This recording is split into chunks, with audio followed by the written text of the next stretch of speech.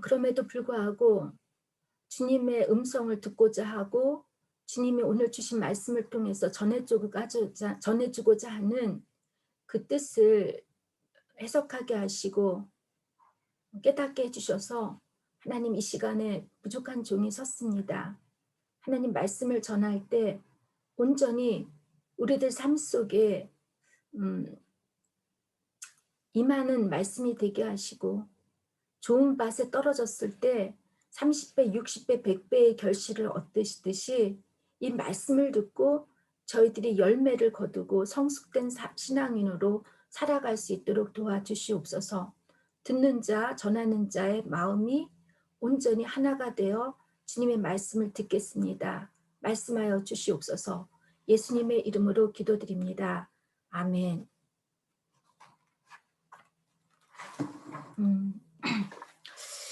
하나님의 강권적 개입으로 야곱은 이제 라반의 추격으로부터 도우심을 받고 그와 화해 언약을 맺음으로써 20년간의 타향살이의 종지부를 찍고 이제 본격적인 귀향길에 오릅니다.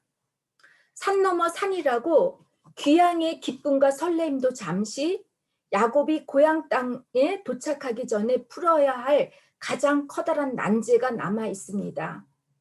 20년이라는 세월이 지났지만 아직 풀지 못했던 인간관계였습니다. 바로 형 에서와의 만남이었습니다. 야곱이 형 에서를 속이고 장자권을 쟁취했던 지난날의 실수와 잘못에 대한 대가를 치러야 하는 형의 복수에 대한 두려움이었습니다. 우리의 인생도 신앙도 이와 마찬가지 아닙니까?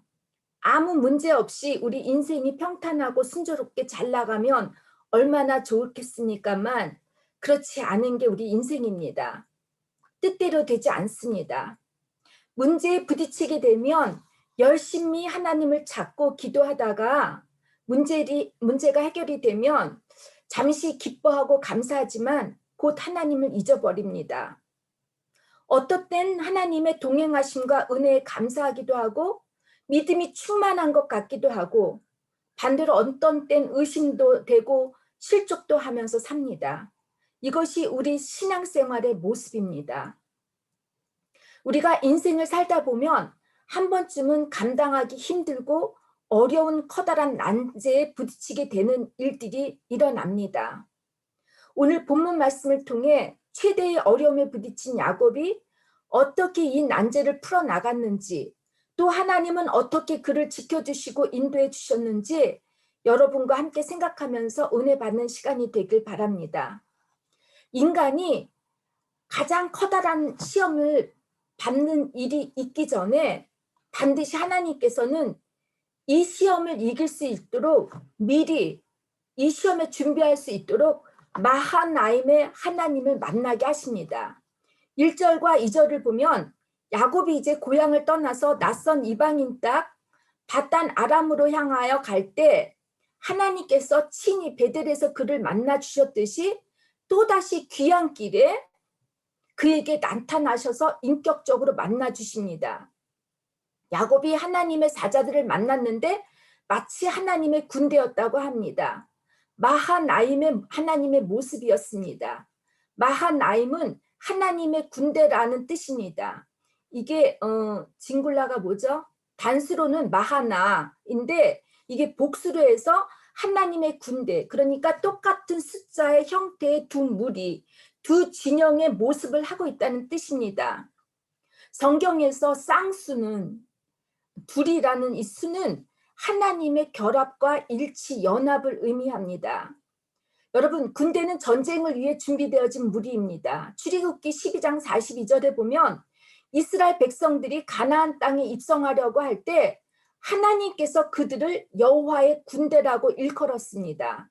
이스라엘 백성이 가나안 땅에서 우상 숭배와 미신과 죄를 쳐부숴야 할 거룩한 전쟁을 겪어야 했기 때문에 하나님께서 그들을 하나님의 군대라고 하셨습니다. 또 여호수아 5장 13절에서 15절을 보면 이스라엘 백성이 이제 가나안 땅에 도착해서 여리고성을 무너뜨려야 할 이런 두려움에 빠져 있을 때 하나님께서 여호와의 군대 장관으로 나타나셔서 이스라엘 백성을 호위하신 것처럼 이제 야곱도 고향 땅 가나안으로 들어가기 위해 치러야 할 전쟁이 이제 앞에 놓여 있다는 것입니다. 그래서 하나님께서는 하나님의 군대인 천사들로 야곱의 앞과 뒤를 보살펴 주시고 대신에 싸워 주실 것이라는 것을, 즉 마하나임의 하나님이 야곱에게 보여주신 것입니다. 인간의 힘으로서는 도저히 이겨나가기에 불가능할 것 같은 가장 어려운 환난과 시련을 만나기 전에 하나님께서는 이미 우리에게 하나님의 전지전능하시고 능력이 충만하심을 의지하고 믿을 수 있게 먼저 만나주신다는 것입니다. 저 역시 그랬습니다. 지금에 와서 보니까 인생에서 가장 감당하기 어려운 시험을 저도 겪었고, 그런 시험에 부딪혔을 때 하나님께서 당신의 살아계심을 보여주셨습니다. 이런 시험을 만나기 전에 저는 3년 동안 하나님께 감사하면서 살았을 때 정말 하나님의 놀랍고 놀라운 그런 살아계심을 보여주셨고, 그래서 저는 그 하나님이 너무 고마워서 하나님, 제가 지렁이라도 되겠습니다. 그렇게 하나님을 사랑합니다라고 고백을 하고 나서 7시간 만에 제가 그런 인생의 난제를 만났다고 여러분들께 고백한 적이 있었습니다. 그런데 막상 이런 가장 어려운 시험을 만났을 때 놀랍게도 하나님께서 이미 저에게 보여주셨던 그 방식, 3년 동안 하나님께서 저를 보살펴 주시고 일일이 도와주셨던 그 방식으로 저의 그 어려운 일들을 도와주셨습니다. 여러분, 만약 우리 모두가 언젠가 한 번쯤은 지금까지 당한 시련보다 더 큰 위험이나 환난에 부딪히게 된다면 두려워하지 맙시다. 여러분들 이 말씀이 때로는 무서워서 제발 나에게는 이 시험이 오지 말게 해주세요 하는 분들도 있을 것이고, 지금 여러분들 중에는 이렇게 힘든 시험을 겪고 계신 분도 있으십니다. 근데 시험은 피해서 되는 일이 아니더라고요. 하나님께서는 늘, 그러나 언제나 우리보다 먼저 앞서가시는 분이십니다. 우리가 어려운 문제들을 이겨나갈 수 있도록 먼저 만나주시고 먼저 그 문제를 해결하시려고 준비하고 계시는 분이십니다. 인생의 모든 어려움을 어떻게 해결하실지 이미 하나님은 다 알고 계시기 때문에, 또 여러분 그 문제를 위해서 하나님은 마하나임이 되어주셔서 우리가 처한 문제를 하나님께서 직접 싸워주시겠다고 하니까 여러분들은 어떻게 합니까? 그저 주님만을 믿고 의지하면 됩니다.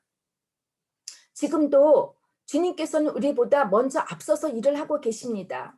시편 121편, 제가 좋아하는 구절인데, 우리가 실족하지 않게 하시려고 하나님께서는 졸지도 주무시지도 않고 우리를 지키시고 환난 날을 면케하시고 우리의 출입부터 영원까지 지켜주신다고 하셨습니다. 믿습니까, 여러분? 왜냐하면 우리가 실족당할까 봐, 그래서 하나님을 떠날까 봐 하나님도 이때는 겁이 나시는지 우리를 지켜주신다는 것입니다. 야곱은 이렇게 마하나임 하나님을 만났으면서도 여전히 에서를 두려워하고 있었고, 인간적인 방법으로 이제 문제를 해결하고 합니다.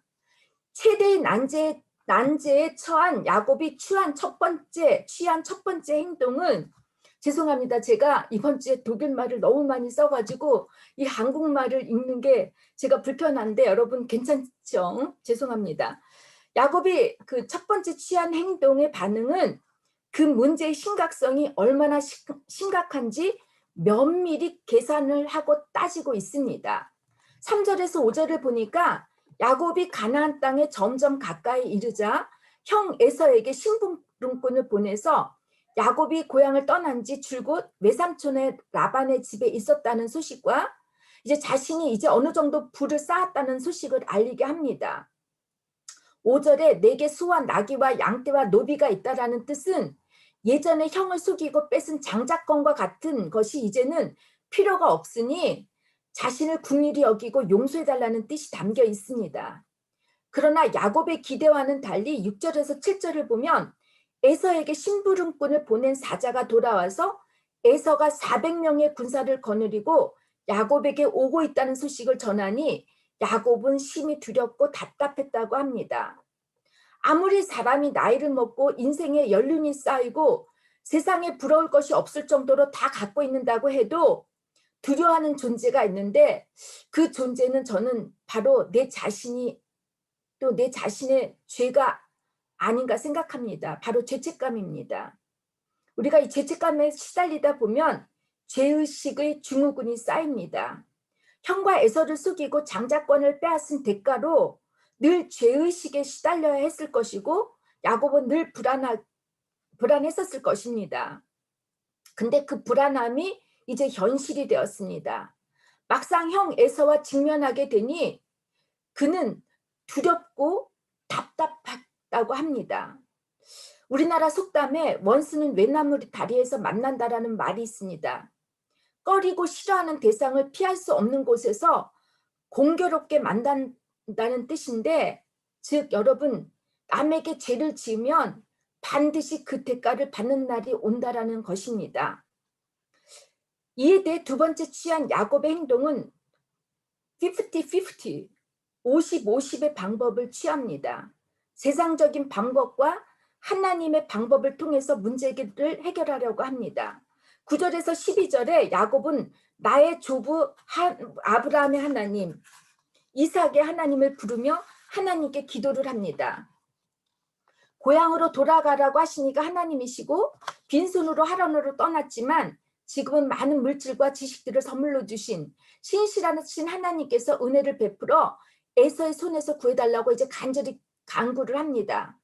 하나님께서 약속하신 말씀 12절, 내가 반드시 내게 은혜를 베풀어 내 씨로 바다에 셀 수 없는 모래와 같이 많게 하리라고 하신 말씀을 기억하고 되새기고 있기는 하지만 하나님을 믿고 의지할 수가 없었습니다. 그래서 야곱은 이제 세상적인 방법으로 문제를 해결하려고 합니다.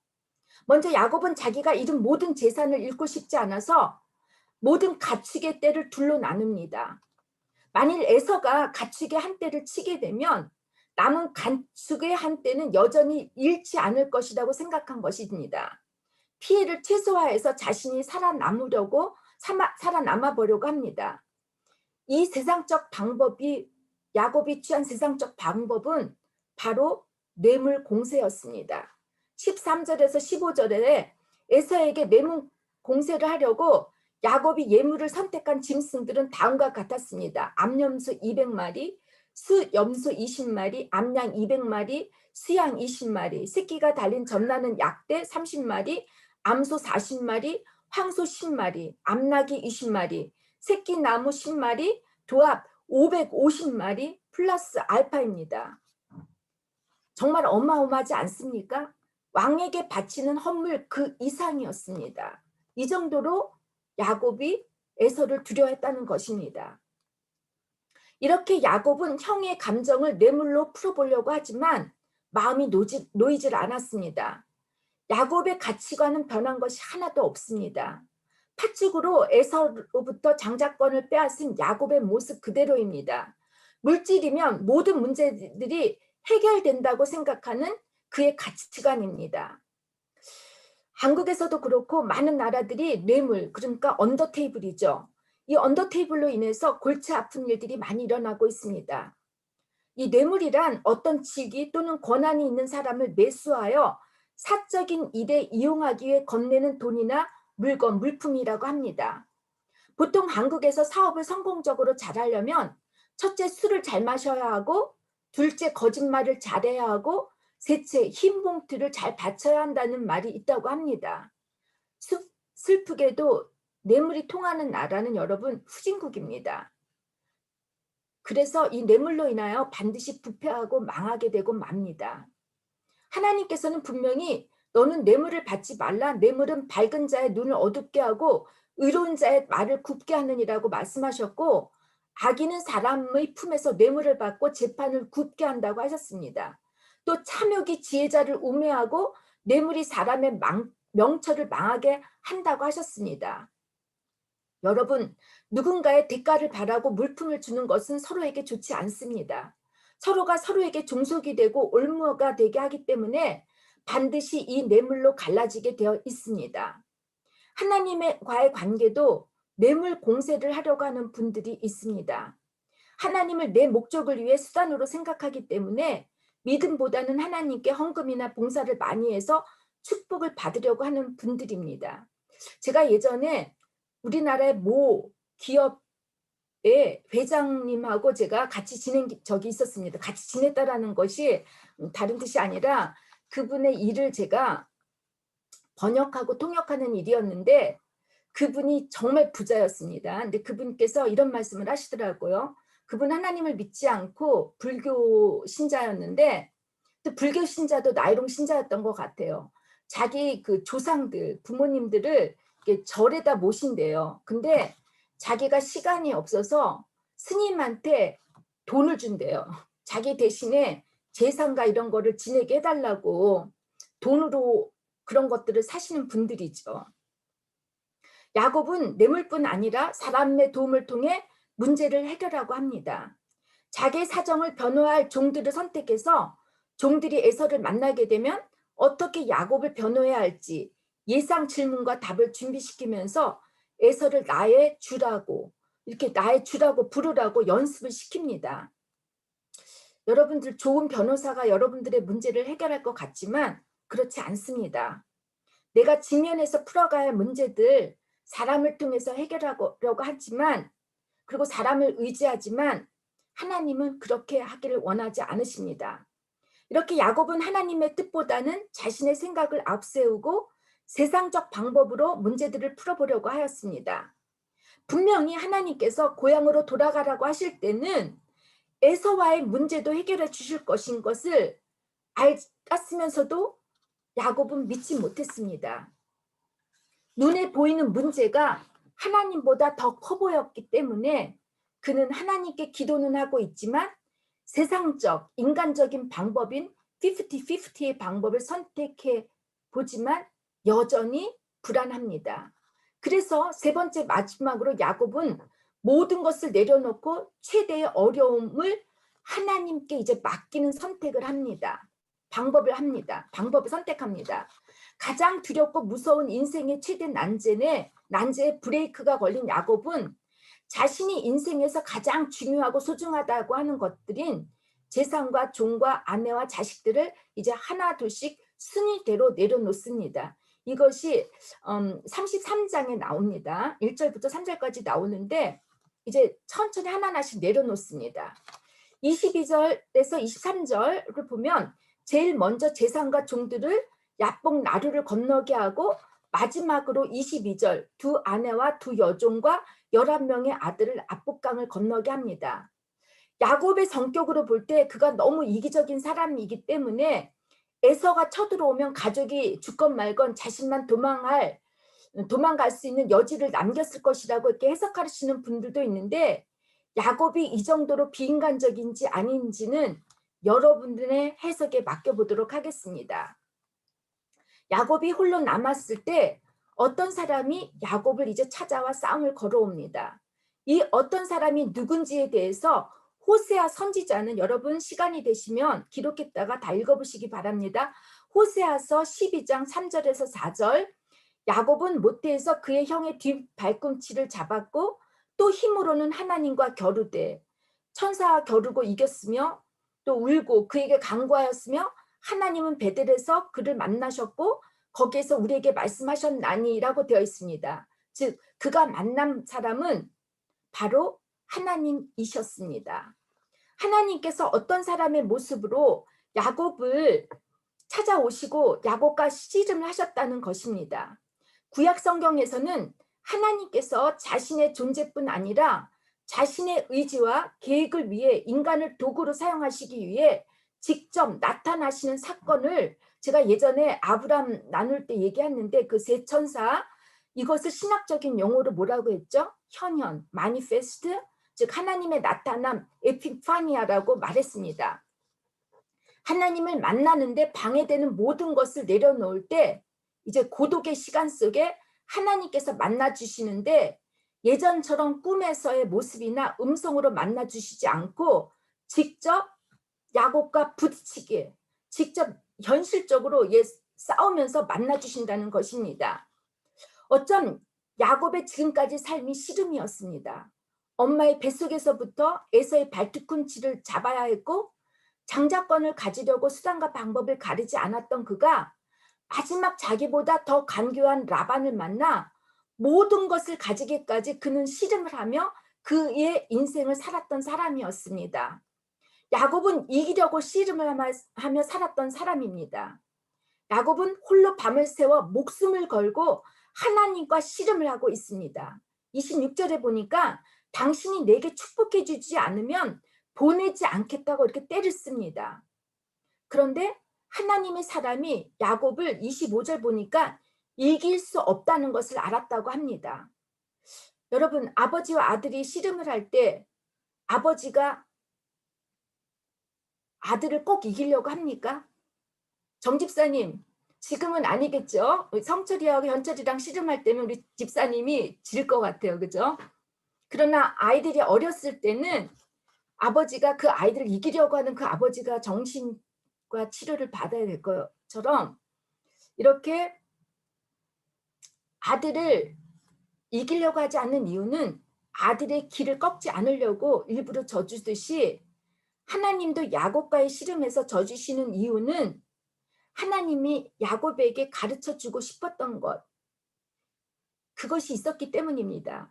야곱아, 인생을 이기려고 씨름하지 말라는 것이었습니다. 인생에서 지는 삶이, 양보하고 배려하는 삶이 하나님을 이기는 삶이고, 인생에서의 패배는 하나님께 승리하는 믿음이라는 것을 알게 하시려고 야곱과의 씨름에서 일부러 져주신 것입니다.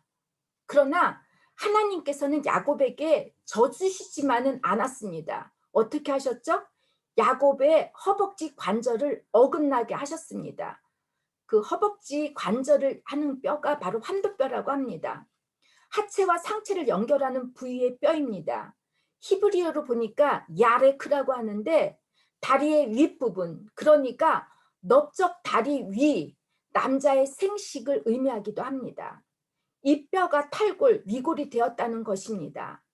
남자로서의 힘을 더 이상 발휘할 수가 없게 하셨다는 뜻입니다. 지금까지 자신의 의지와 노력만으로도 성공할 수 있다고 믿고 있는 야곱의 자아를 깨트리고 무너지게 하신 것입니다. 인생에 여러 가지 어려운 문제와 고난을 주셔도 여전히 깨닫지 못하고 자신의 방법으로 해결해 보려는 그 야곱의 자아를 하나님께서 깨트리시기 위함이었습니다. 야곱은 사실 하나님을 모르는 사람이 아니었습니다. 그는 하나님이 누구인지 알았고 하나님께 기도도 하고 찬양도 한 사람이었습니다. 그러나 하나님은 그에게 있어서 인생의 주체가 아니고 보조 수단에 불과했습니다. 하나님의 목적이 아니라 수단이었다는 것입니다. 자신의 욕심과 욕망을 추구하려고 할 때 하루아침에 이 없어지는 것, 그것을 추구하려고 하는 것을 하나님께서는 더 이상 보지 않겠다고 하시는 것입니다. 그래서 하나님께서 그의 환도뼈를 어긋나게 하시고 이제부터는 너가 세상적인 것을 추구하지 말고 하나님을 바라보라고, 하나님을 구하는 삶이 되라고 이렇게 하신 것입니다. 하나님께서는 야곱이 세상적 방법으로 살 수 없도록 환도뼈 가지를 치게 하시고 어떻게 하셨죠? 이제 야곱에게 새로운 이름을 지어주십니다. 28절, 하나님께서 더 이상 야곱이라고 부르지 않겠다고 하시면서 이스라엘이라는 새로운 이름을 지어주십니다. 이름이란 모름지기, 정체성, 곧 존재의 의미를 뜻합니다. 아브라함에게도 그랬죠. 아브라함에서 아브라함, 사레에서 사라라고 했습니다. 만국의 어머니, 아버지라고 이렇게 이름을 계명해 주셨듯이 하나님께서는 야곱의 이름을 이스라엘로 계명해 주셨습니다.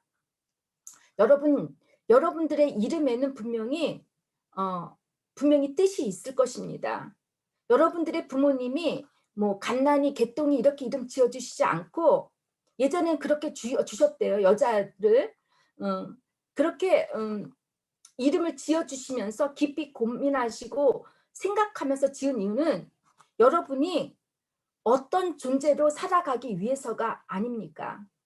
마찬가지로 하나님께서 야곱에게 새 이름을 주신 것은 너가 처음부터 무엇이었던 것이 아니라 무엇이 되어야 하는 존재로 살아가라고 주신 것입니다.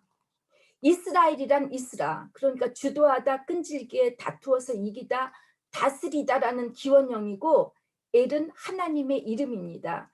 이 둘을 합치면 하나님이 주도하다, 하나님이 이기다, 다스리다가 되고 기원형, 바라는 형태로 보면 하나님이 주도하시기를, 하나님이 이기시기를, 하나님이 다스리시기를 이렇게 기원하는 삶으로 야곱이 살아가라고 지어주신 이름입니다. 하나님께서 야곱에게 이스라엘이라고 하는 새 이름을 주신 것은 이제 너 개인으로 살 것이 아니라 이스라엘이라고 하는 공동체의 이름으로 살라고 주신 것입니다. 야곱과 직접 씨름하고 새로운 이름을 주신 이가 누구인지 29절 야곱이 물어보지만 알려주시지 않고 야곱을 축복해 주십니다. 야곱은 그곳을 브니엘이라고 불렀습니다. 하나님과 대면하여 보았으니 내 생명이 보존되었다라는 뜻입니다. 야곱은 고향을 떠나 이방인 땅으로 가는 길, 그 베델에서는 하나님의 집을 보았지만 이제 고향으로 돌아오는 길에는 하나님의 얼굴을 보는 축복을 받았습니다. 하나님과의 길고 어둡고 목숨을 건 싸움이었고 환도뼈가 어긋나 절뚝거리는 신세가 되었지만 야곱이 브니엘을 지날 때 아침 햇살이 돋았다고 합니다. 여러분 중에 지금 인생이 힘들고 어려운 일을 겪고 있으면서 이 일이 가장 최악의 난제여서 어떻게 풀어야 하는지 아무것도 모르고 고통을 받고 계시는 분들이 있다면 여러분 인간의 방법이 아닌 하나님의 방법, 하나님께 맡기시고 주님께 간절히 매달려 보시기를 주님의 이름으로 부탁드립니다. 하나님께서 허락하신 일은 아무리 우리가 세상적으로 최고의 전략을 세우고 모든 인간의 힘을 동원해서 해결하려고 하지만 해결될 수가 없습니다. 에서가 400명을 데리고 온다는 무서운 소식이 코앞에 닥치는 일이 생겨도 이것은 하나님을 만나서 간절하게 기도할 수 있는 하나님과의 직접 씨름할 수 있는 인생 최대의 축복이 됩니다. 그래도 여러분 400명 군사 안 오는 게 좋겠죠. 그죠? 비록 지금은 당장 응답받지 못하고 있는 문제들, 직장이나 나를 힘들게 하는 배우자나 자녀들을 통해 하나님의 직접 간섭하시고 보살펴 주시고 있는 하나님의 사랑을 여러분들 먼저 경험하시고 체험하시기를 주님의 이름으로 축원합니다. 나의 생각을 하나님의 생각으로 바뀌기까지 비록 시간이 걸리지만 우리 모두는 반드시 분이엘의 아침을 맞이하게 될 것이니 여러분 이 모든 소망을 잃지 마시고 이겨나가시기를 주님의 이름으로 축원합니다. 믿습니까? 주님의 얼굴을 바라볼 때 우리의 삶을 비춰주시는 하나님께서 여러분의 모든 어려움을 물리쳐 주실 것이니 세상을 살면서 절뚝거려도 넘어지지 않고 하나님께 더 가까이 가시는 여러분과 제가 되기를 주님의 이름으로 축복합니다. Ich fasse kurz von meinem Predigt zusammen. Wir sind ständig konfrontiert mit Schwierigkeiten, Herausforderungen und zeitweiligen Rückschlägen im Leben. Manchmal groß, manchmal klein, manchmal hoch und manchmal tief. Jakob war solch ein Mensch. Bei ihm gab es Hohes und Tiefs, Beschämendes und Beglückendes, Korrektes, genauso viel Fehler. Jakob zieht der anstehenden Begegnung mit seinem Bruder mit Besorgnis entgegen. Das, was zwischen ihnen steht, der unrechtmäßige Erwerb des Erstgeburtsrechtes und der erschiene Vatersegen für den Erstgeborenen ist, obwohl 20 Jahre zurückliegend, noch immer aktuell und Jakob in seinen ganzen Tragweite bewusst. Deswegen hatte er Angst vor Rache Esaus. Jakob begegnet wieder Gottes Engel auf dem Weg nach Kanaan. Gottes Heerslager Mahanaim zeigt sich Gott hin. Damit Gott ihn vergewissert, dass er ihn auf seinem Weg zurück zu Esau schützen wird. Gott wird uns vor Gefahren und bedrohlichen Situationen schützen. Trotzdem hat Jakob versucht, wie man mit seiner eigenen Kraft am besten von diesem schweren Problem lösen zu wollen. Er hat 3 Möglichkeiten überlegt zu handeln. Erste, er hat die Lage und Situation analysiert und prüft, welches Material zur Verfügung stehen soll. Jakob wollte Esau mit Material bzw. mit seinen Tieren bestechen. Zweite, der zweite nimmt Jakobs Aktion, nämlich 50-50-Methode. Er versucht Lebensprobleme durch die menschlichen Wissensmethoden und menschlichen Handel und Gottes Methoden zu lösen. Er sucht Gott im Gebet, indem er den Gott seiner Vater an die Verheißung erinnert und um Hilfe auffleht und seine Brüder um Gnade bitten lässt. Gleichzeitig sucht er seine Möglichkeit des Entkommens, indem er das Lager teilt und seinem Bruder planvoll Geschenke sendet und bestechen wollte. Dritte, Jakob legte alles nieder und loslässt und überlässt seine größte Schwierigkeit Gott. Er stand auf in der Nacht und nahm seine beiden Frauen, die beiden Mägde und seine 11 Söhne und zog an die Flut des Jabbok und nahm sie und führte sie über das Wasser, sodass sie hinüberkam, was er hatte, und blieb allein zurück. Da überraschte ihn ein Unbekannter. Der Fremde kam aus dem Nichts. Jakob wusste weder, wer er war, noch woher er kam. Sie kämpften die ganze Nacht miteinander.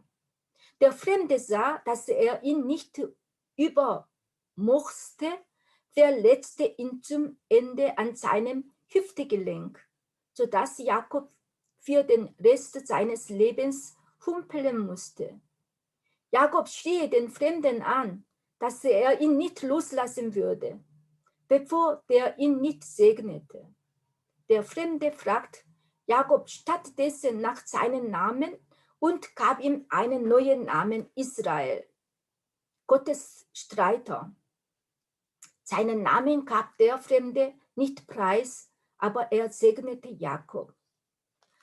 Gott lässt in dieser Geschichte mit sich kämpfen. Er hat uns Zusagen gegeben, vor allem die, dass er für immer unser Gott sein will. Von Natur aus erscheint uns diese Zusage wenig erstrebenswert. Diese Gesinnung treibt Gott uns aus, indem er uns in schwierige Situationen führt, wo wir uns schließlich ganz verlassen vorkommen. In Schwierigkeit sind wir dann mit Gott ganz allein. Da zieht er uns in seinen Kampf hinein, dass wir seine Liebe und Gegenwart im Gebet erbetteln. In diesem Kampf lässt Gott uns gerne siegen. 아멘. 우리 다 같이 기도하시겠습니다. 하나님, 감사합니다. 때로는 우리의 노력과 힘으로 모든 것을 다 해결해 보려고 하지만 그것이 결국은 아무 소용이 없는 것을 깨닫게 되고, 이제 마지막으로 야곱이 하나님을 홀로 만났던 것처럼 이제 우리가 주님을 만나기를 원합니다. 우리가 처한 모든 문제들이 우리의 힘이 아니라 하나님의 손에서 움직여지고 있다는 것을 믿고 의심하지 않게 저희들을 도와주시옵소서. 우리 믿음의 지체들 가운데 직장 문제로, 건강 문제로, 집을 구하는 문제로 여러 가지 어려운 선택의 문제에 놓여 있는 분들이 많습니다. 하나님, 이번 주에 당신의 마하나임의 하나님이심을 보여주시고 우리들의 문제들은 하나님께서 해결해 주실 것을 믿을 수 있도록 저희들을 지켜주시옵소서. 우리들이 문제를 보면 그 문제가 하나님보다 커다랗게 보일 때가 있습니다. 그러나 하나님이 그 문제를 다스리시는 분이심을 다시금 깨닫고 알게 해주시고 우리들이 원했던 그 소원보다도 더 크게 역사해 주시는 주님을 우리 소망하고 브니엘의 그 아침을 맞이할 수 있는 하나님, 저와 우리 교회 모든 성도님들이 되게 지켜주시옵소서. 모든 말씀을 예수님의 이름으로 기도드렸습니다. 아멘. 지금은 세상 끝날까지 우리를 버리지 아니하시고 함께 하시는 성자 예수 그리스도의 은혜와 무한하신 하나님의 사랑하심과 우리를 진리 가운데로 인도하시는 성령의 감화와 감동하심과 교통하심이 이제로부터 영원히 함께 하시기를 간절히 축원하옵나이다. 아멘.